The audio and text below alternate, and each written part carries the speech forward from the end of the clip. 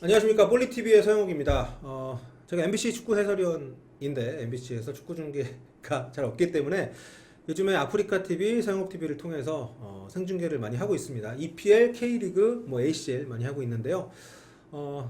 축구 보실 생각 있으신 분들은 들어오셔서 함께 소통 중계니까 좋은 시간 보냈으면 좋겠습니다. 자, 2019년 3월 1일 2019 K리그가 드디어 개막을 했습니다. 개막일에 3경기가 열렸는데요.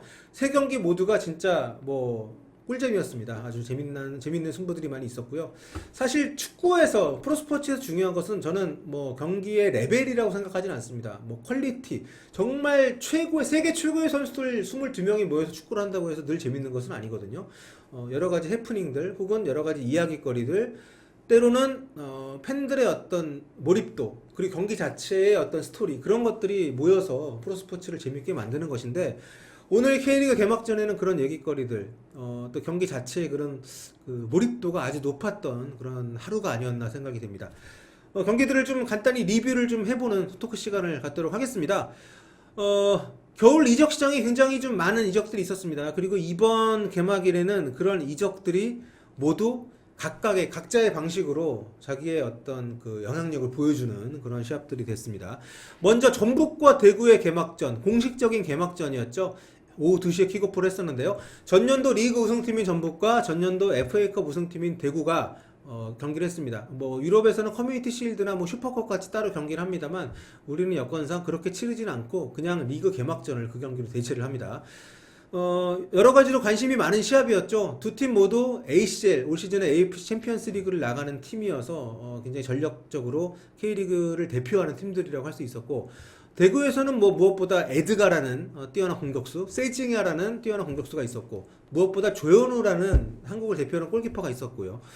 반면에 홈팀인 어떤 공격하는 입장이라고 할 수 있는 전북은 다른 무엇보다도 최강희 감독이 2005년부터, 그러니까 13년간의 팀을 어떤 지위를 끝내고 팀을 떠났고, 모라이스 감독 체제로 맞이하는 첫 시즌입니다. 감독이 바뀌었다는 것은 그 자체만으로도 엄청난 변화지만, 최강희 감독 정도 되는 급의 지도자가 바뀌었다는 것은 정말 한 시대가 끝났다는 것을 의미하거든요. 그렇기 때문에 모라이스 감독이 팀을 어떻게 접수를 했는지, 또 올 시즌에 어떻게 전북이 변화가 될 것인지에 대한 궁금증이 많은 사람들에게 가득한 상태에서 개막전이 치러졌습니다. 개인적으로는 이 경기 일단 결과부터 말씀드리면 앞에 나와 있습니다만 1대1로 끝이 났죠. 1대1로 끝이 났는데 개인적으로 약간 좀 갸우뚱합니다. 일단 모라이스 감독이 최강희 감독의 유산을 부정하지 않은 채로 그 축구를 거의 고스란히 이어가는 그런 모습을 좀 보였습니다. 라인업도 그렇고 전술적인 부분도 그렇고요. 좀 아쉬웠던 것은 어떤 위기 상황, 경기가 잘 풀리지 않았을 때 변화를 줄 때 있어서 최강희 감독은 굉장히 좀 전향적으로 변화를 줬었거든요. 좀 틀을 깨는 그런 전술적인 변화도 많이 시도를 했었고, 공격수를 드립다 투입을 해서 골이 필요한 상황에서는 확실하게 그야말로 닭공 축구를 했던 모습들이 있었는데, 모라이스 감독은 약간 수줍은 듯한 교체를 많이 했습니다. 그러니까 기존의 틀을 깨지 않은 교체, 그냥 자리 바꿈 정도로의 교체를 했었고요. 결과적으로 그 교체를 통해서 이렇다 할 만한 성과가 나오질 않았어요.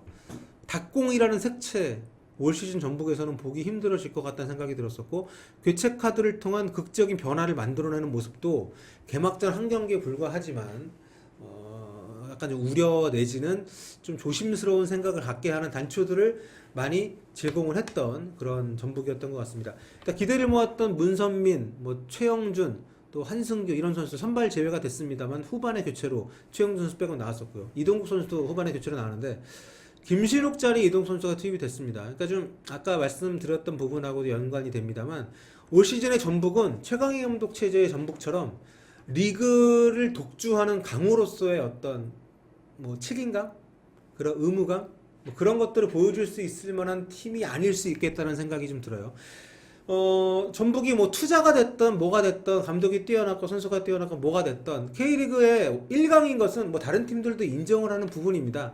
그런 1강 팀들이 해야 될 것은 꾸역꾸역 승점 3점을 따는 것이 아니라 K리그 최강으로서 K리그 축구의 정수를 보여줄 수 있는 그런 어떤 좀 의지가 있어야 된다고 저는 개인적으로 생각을 하거든요. 그렇기 때문에 오늘 같은 시합에서도 개막전이고 또 대구하고는 사실 좀 전력차가 있다라고 다들 인정을 하는 어떤 그런 팀의 상황이었다는 것을 감안을 했을 때 좀 더 좀 전향적인 모습을 좀 보여줄 필요가 있고 그 한 골차 두 골차 앞서고 있을 때 잠근다거나 혹은 동점인 상황에서 실점을 우려해서 너무 좀 과감한 공격적인 카드를 쓰지 않는다거나 그런 모습을 좀 보이지 않는 것이 전북이라는 팀이 갖고 있는 K리그 내에서의 존재 이유 내지는 어떤 그들의 가치였다고 생각을 하는데요. 닭공이라는 어떤 그런 수식어도 그런 부분들에 딱 맞았었고 하지만 적어도 개막전에서의 모라이스 감독은 아직까지 뭐 이 한 경기로 판단할 것은 좀 많긴 합니다만 좀 그런 우려를 많이 좀 보여준 그런 부분이 아니었나. 그리고 무엇보다 그럼에도 불구하고 중요한 것은 승점 3점을 따내는 거거든요.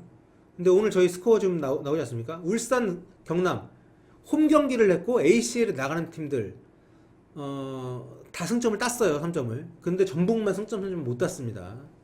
그렇기 때문에 그런 부분들에 대해서는 확실히 좀 전북이 우려되는 부분이 좀 있고 남은 어떤 경기를 치르면서 또 AC를 하는 과정에서 그런 우려를 전북이 불식시킬 수 있을지 주목을 해봐야겠습니다.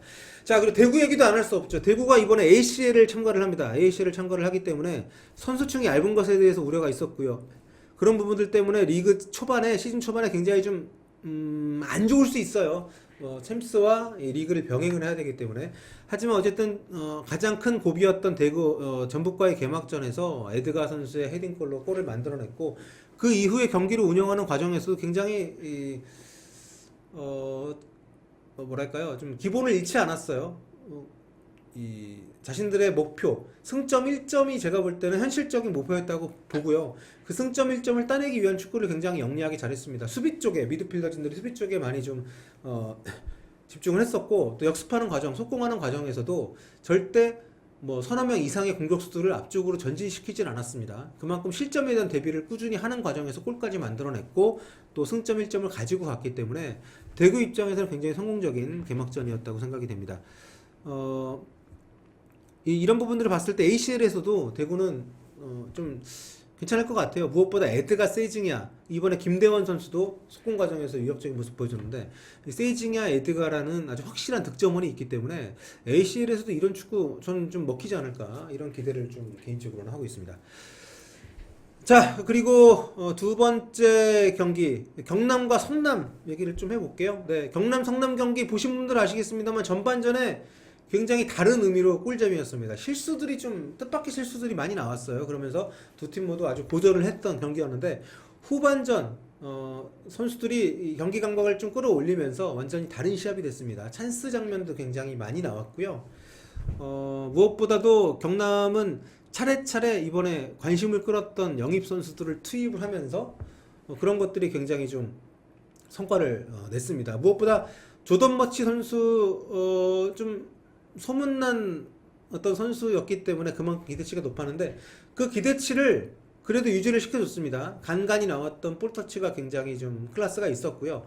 또 본인이 앞으로 나서지는 않았습니다만 이 뒤쪽으로 좀 물러나서 경기를 좀 조망을 하면서 패스를 잘 찔러주는 모습들도 인상적이었고 몸이 좀 약간 불어있는 느낌? 그리고 스피드가 그렇게 빠르진 않았습니다만 이 몸싸움 이런 부분에서도 확실히 그 볼을 지키는 모습을 잘 보여줬기 때문에 기존의 쿠니모토라든지 또 네게바 선수 뭐 이 선수들은 명불허전의 모습 경기력을 또 후반전에 보여줬고요. 이 선수들과 잘 조화가 된다면 경남 이번 시즌 K리그에서 굉장히 좋은 순위까지도 부상이나 여러 변수가 없다면은 좀 기대가 되는 그런 팀이라고 할 수 있겠습니다.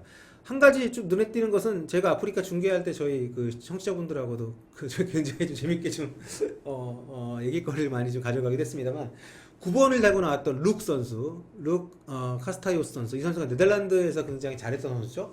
어렸을 때는 아주 대단한 유망주로 평가를 받으면서 인터밀란까지 갔었었고, 근데 이 선수가 신장이 190이기 때문에 다들 좀 약간 최전방에서 말컹의 대체를 할 수 있는 공격수로 예상을 했었거든요.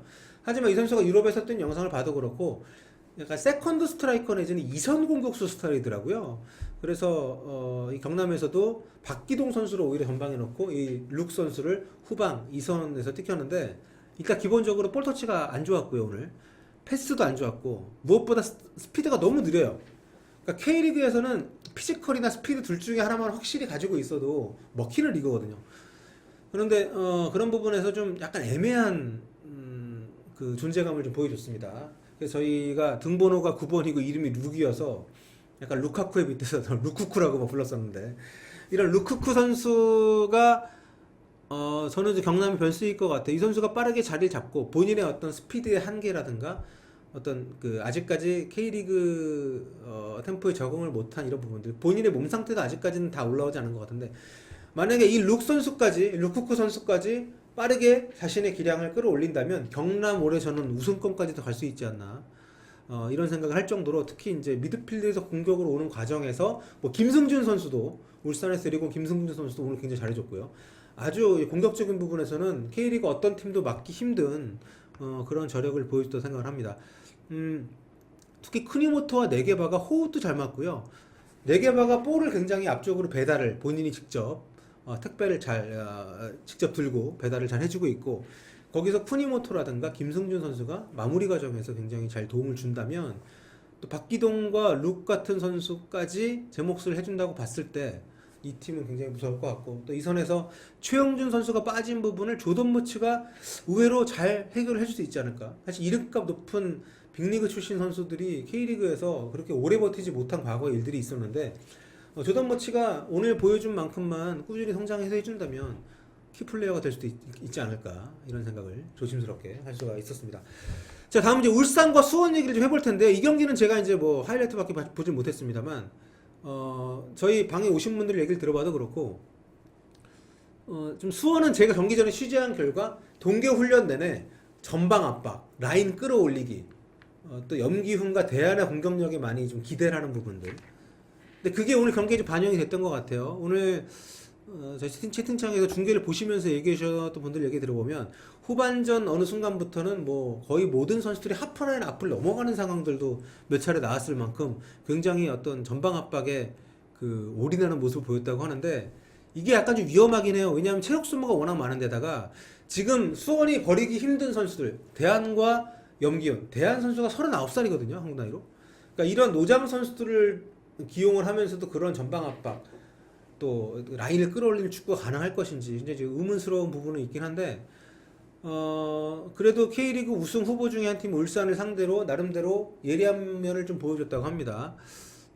그런 부분들이 언제까지 이어질 수 있을지, 계속 이런 전술을 관철을 시킬지는 좀 의문입니다만, 수원 관계자 얘기 들어보면 뭐 아니면 도식으로 이임생 감독이 그 전술을 택해서 겨울 내내 그 전술만 훈련을 했다고 해요. 네, 그래서 그 압박이 먹히고, 또 메탄고 출신의 어린 선수들을 많이 이번 시즌에는 중용할 수밖에 없을 것 같은데, 그런 패기를 활용을 한 그런 어떤 그 에너지가 팀에 잘 전달이 된다면 의외로 수원도 재밌는 축구를 좀 보일 수 있지 않을까, 뭐 이런 생각이 좀 개인적으로는 드는 면이 좀 있습니다. 그래서 경기를 좀 꼼꼼히 보진 못했습니다만, 울산이 화려하잖아요 정말. 게다가 믹스, 뭐 김보경, 뭐 이런 선수들 중간에 잘 풀어준다면 정말 우승권에 가장 가까이 다가선 팀 중에 하나인데, 이런 팀을 상대로 그래도 어느 정도 뭐 소기의 성과를 냈다면, 뭐 경기를 보신 분들은 수원이 정말 엉망이었다는 얘기를 하시는 분도 있는데, 굉장히 좀 수원의 입지도 이번 시즌에 상하위 스플릿 중간에서 굉장히 독특한 위상을 차지하는 그런 팀이 될 수 있지 않을까. 수원 전술은 여름 이후가 관건이 될 것 같다는 뭐 그런 지적, 저도 뭐 공감합니다.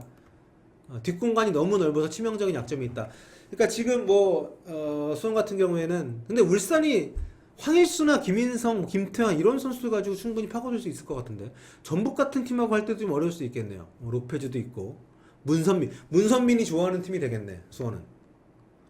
좋게 얘기하면 헤비메탈 축구도 될 수 있고, 직관하신 분 얘기 들어보면 또 뭐 수비 쪽에 정말 큰 문제가 있다라고, 공격은 공격이고 수원이 문제라고.